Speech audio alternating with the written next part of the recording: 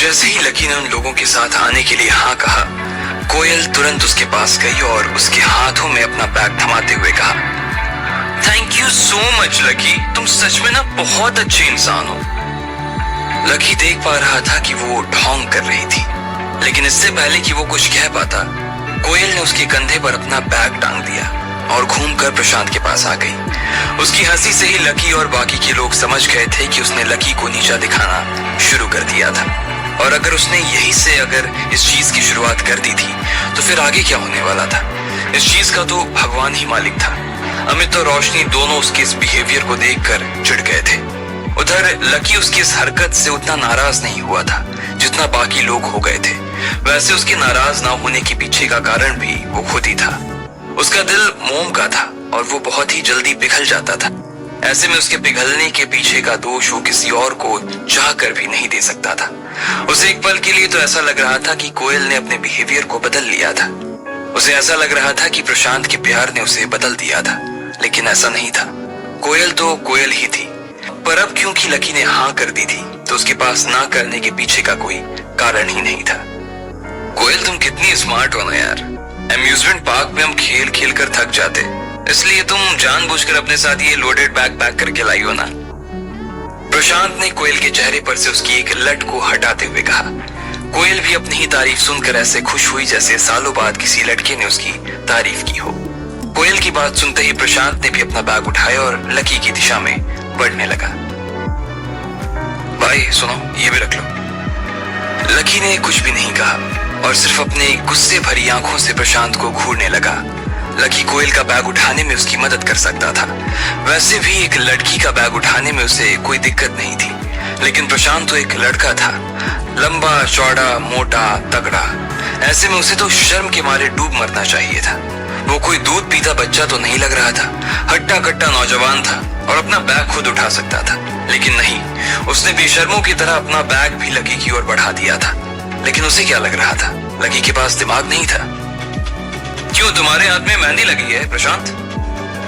Lucky ने कहा और अपने दोनों हाथ पीछे कर लिए। प्रशांत जो कि उसे बड़ी उम्मीदों से बैग देने के लिए आया था, लकी के मुंह से ये सुनते ही उसका मुंह उतर गया और अगले ही पल उसे गुस्सा आ गया। अमित और रोशनी भी प्रशांत की इस हरकत के लिए उसे घूर कर देख रहे थे, इसलिए उसने अपने गुस्से को पी लिया और लकी को गालियां देते हुए वहां से निकल आया। अरे छोड़ो ना, ये छोटे लोग ऐसे ही होते हैं, इनसे जरा सी प्यार से बात क्या कर लो, ये अपने आप को बड़ा समझने लगते हैं। कोयल ने प्रशांत को शांत करवाने की कोशिश करते हुए कहा। प्रशांत ने अपने बैग को कंधे पर टांगा और दोनों उस चाय की दुकान से बाहर आने लगे। रोशनी, अमित और लकी उनके पीछे पीछे आ रहे थे। जैसे ही वो लोग उस दुकान के दरवाजे से बाहर निकले, अचानक कोयल के सामने कुछ लड़के गुजर गए। वो हंसे जा रहे थे और जोर जोर से बातें कर रहे थे। कोयल की उनमें से ही एक लड़के पर नजर जा टिकी थी। वो उसे गुस्से से देख रही थी और मन ही मन उसे ढेर सारी गालियां दे रही थी। गधा कहीं का, एक नंबर का गधा है, कोयल ने बड़बड़ाते हुए कहा। उसे लगा कि वो सिर्फ बड़बड़ा रही थी, लेकिन उसे एहसास नहीं हुआ कि उसकी आवाज को आसपास के लोगों ने भी सुन लिया था। जैसे ही कोयल के मुंह से ये शब्द निकले, बाकी के लड़कों ने पीछे मुड़कर उसे देखा और घूरने लगे। कोयल की नजर उन सब में से उस लड़के पर जा टिकी जो उनमें सबसे लंबा था। वो उसे गुस्से से देखे जा रही थी। कोयल, क्या हो गया? प्रशांत ने कोयल को इस तरह से उस लड़के को देखते हुए पूछा।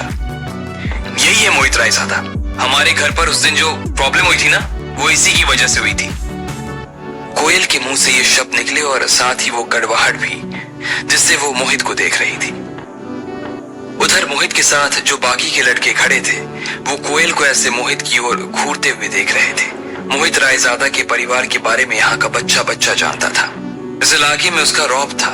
ऐसे में कोई मोहित को ऐसे घूर कर देख ले, ये उसके साथ चल रहे लड़कों को मंजूर नहीं था और इसी बात के लिए वो कोयल को सबक सिखाना चाहते थे। जैसे ही वो आगे बढ़े, मोहित ने उन्हें हाथ देकर रोक लिया। लेकिन मोहित भाई, एक लड़के ने मोहित की ओर देखते हुए कहा, तो उसने उस लड़के को भी चुप रहने का इशारा कर दिया। किसी को इस बात का अंदाजा तक नहीं था कि इस वक्त मोहित अंदर से थर थर कांप रहा था। वो कोयल को अपने सामने खड़ा देखकर डर रहा था। उसे तो यही लग रहा था कि अगर उसका बाप एक फोन करेगा तो कोयल के पिता अपनी बेटी को लेकर खुशी खुशी उनके होटल में आ जाएंगे। लेकिन उसे मालूम नहीं था कि कोयल के पिता चेतन मित्तल को अपने डिफेंस के लिए बुला लेंगे। भले ही दिल्ली में लायन ग्रुप एक बहुत बड़ा ग्रुप था, लेकिन वो भी ट्रेड यूनियन के अंदर ही आता था।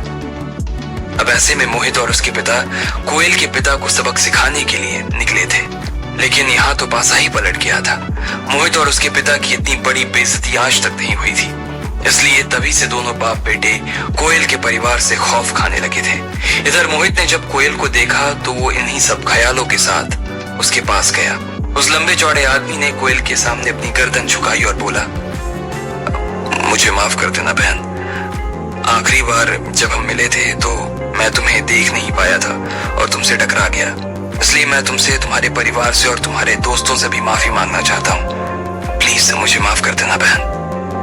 मोहित को इस तरह से कोयल के सामने झुकता देख जो लोग उसके साथ चल रहे थे उनके मुंह तो खुले के खुले रह गए। उन्होंने कभी मोहित को इस जुबान में किसी से बात करते हुए नहीं देखा था। उसके बाद जो हुआ वो देखने के बाद तो उनकी आंखें फटी की फटी रह गई थी।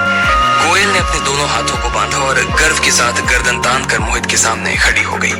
उसके चेहरे पर एक मुस्कान थी और इसी मुस्कान के साथ वो मोहित से बोली, तुम्हें क्या लगता है तुम और तुम्हारे पिता अगर माफी मांग लेंगे तो मैटर सॉल्व हो जाएगा? तुम्हें इतनी आसानी से जाने थोड़ी दिया जाएगा। देखो, मैं तुमसे बहस नहीं करना चाहती, लेकिन जिस तरह का तुम्हारा एटीट्यूड है ना, तुम मेरे सामने भी घुटनों पर बैठो और मुझसे माफी मांगो, समझे तुम? ये सुनते ही मोहित के होंठ भी खुले के खुले रह गए थे। उसने जो सुना उसके बाद तो उसे अपने ही कानों पर विश्वास नहीं हो रहा था। उसका गला सूख रहा था और वो कोयल के सामने नहीं बैठना चाहता था, लेकिन बैठे बिना उसके पास और कोई चारा नहीं था। काफी सारे लोग उन दोनों को देख रहे थे और वहां जमा भी हो गए थे। मोहित उनके सामने नीचे बैठने में शर्मा रहा था। उसे लग रहा था कि इस इलाके में जो उसका खौफ था वो एक ही झटके में खत्म हो जाने वाला था। फिर भी उसके पास कोयल ने जो कहा उसे करने के अलावा और कोई चारा नहीं था, इसलिए वो अपने घुटनों पर बैठ गया। बाकी के लोग जो इस दृश्य को देख रहे थे उन्होंने अपने चक्कर खाते सिर को अपनी हथेली से पकड़ लिया था। ये सब हो क्या रहा है यार? सबके मन में बस यही सवाल था। लायन ग्रुप का वारिस इस लड़की के सामने घुटनों पर बैठा हुआ था। लोगों को समझ नहीं आ रहा था कि आखिर इस आदमी को उस लड़की से डर क्यों लग रहा था। इधर कोयल के दिल में गुस्सा और बढ़ गया था। कोयल, बस बहुत हो गया यार, उसे समझ में आ गया होगा, अब हम लोग चलते हैं ना, यहाँ सब लोग देख रहे हैं, प्रशांत ने उसे समझाते हुए कहा। मोहित को इस तरह से उसके घुटनों पर बैठा देख प्रशांत भी काफी घबरा गया था। उसे इस बात का डर लग रहा था कि कहीं कोयल उसके दम पर फिर से कोई डींग ना हाँक दे। अगर उसका पर्दाफाश हो गया तो लेने के देने पड़ने वाले थे, इसलिए प्रशांत वहां से जल्द निकल जाना चाहता था। अरे इतनी भी जल्दी क्या है प्रशांत? इस आदमी ने हमें कितना परेशान किया तुम्हें मालूम है? मैं इसकी वजह से ना पूरे दिन ट्रॉमा में रही हूँ। मेरे पापा को इसकी वजह से डेड थ्रेट्स मिले हैं और तुम चाह रहे हो कि मैं इस आदमी को ऐसे ही अपने हाथ से चले जाने दूं? मैं इसे ना इतनी आसानी से नहीं जाने देने वाली। मुझे इसे देखकर बहुत गुस्सा आ रहा है। मैं क्या करूं? हाँ, तुम एक काम करो, इसके गाल पर ना एक जोरदार थप्पड़ लगाओ। कोयल ने प्रशांत से हड़बड़ाते हुए कहा। है? क्या कह रही हो? प्रशांत ने चौंकते हुए पूछा। लगाओ? कोयल ने कहा। अरे उसकी क्या जरूरत है कोयल, इसकी आंखों में देखो ना, पश्चाताप दिख रहा है। अब क्यों बेकार ऐसे लोगों के मुंह लगना यार? प्रशांत ने खिसियाकर हंसते हुए कहा। नहीं, कहा ना लगाओ, लगाओ मतलब लगाओ। कोयल तो अपनी जिद पर ही अड़ गई थी। प्रशांत को लग रहा था कि कहीं लेने के देने न पड़ जाए। उसके हाथ कांप रहे थे और वो डरते हुए मोहित को देख रहा था। अरे तुम्हें किस बात का डर लग रहा है यार? हमारा चेतन मित्तल के साथ उठना बैठना है, डायरेक्ट कांटेक्ट है हमारा।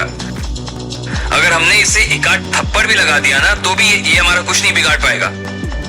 कोयल ने प्रशांत को समझाते हुए कहा। प्रशांत बहुत बड़ी मुसीबत में फंस गया था। उसके पास कोयल की बात को मानने के अलावा और कोई चारा नहीं था। उसने अपना दिल मजबूत किया और फिर मोहित की ओर बढ़ गया। इसके बाद उसने अपना हाथ उठाया और कसकर मोहित के गाल पर एक थप्पड़ लगा दिया। मोहित ने भी थप्पड़ को ऐसे खाया जैसे वो थप्पड़ नहीं प्रशांत था। बहुत बढ़िया, कोयल ने खुशी के मारे उछलते हुए कहा। वो भी मोहित की ओर बढ़ी और उसने भी उसके गाल पर एक थप्पड़ लगा दिया।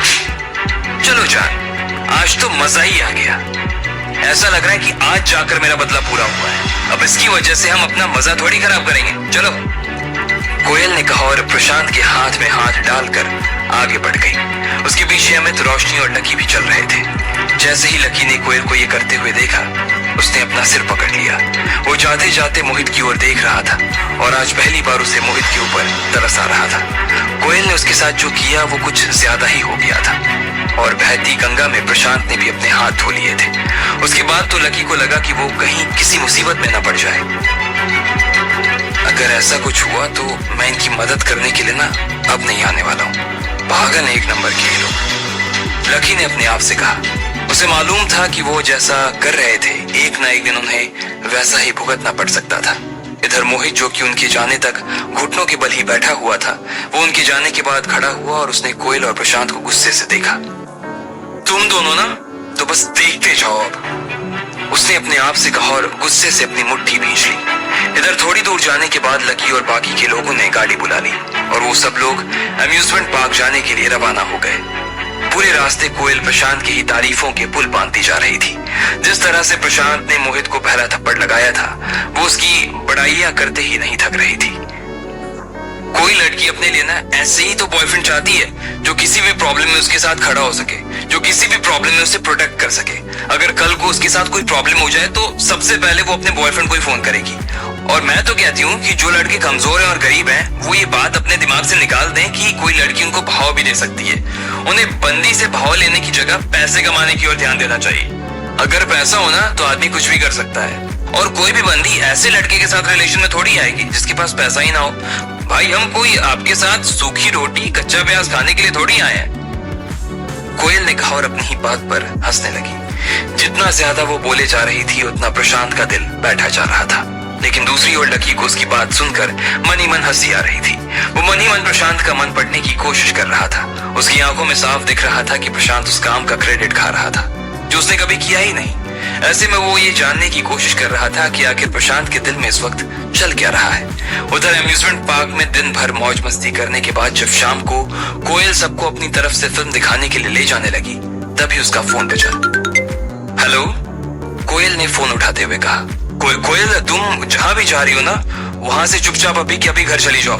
मैं अभी मोहित रायजादा के पिता क्रांति रायजादा से मिलने जा रहा हूँ और मुझे ये सब सिर्फ और सिर्फ तुम्हारी वजह से करना पड़ रहा है। फोन पर कोयल के पिता की आवाज आई।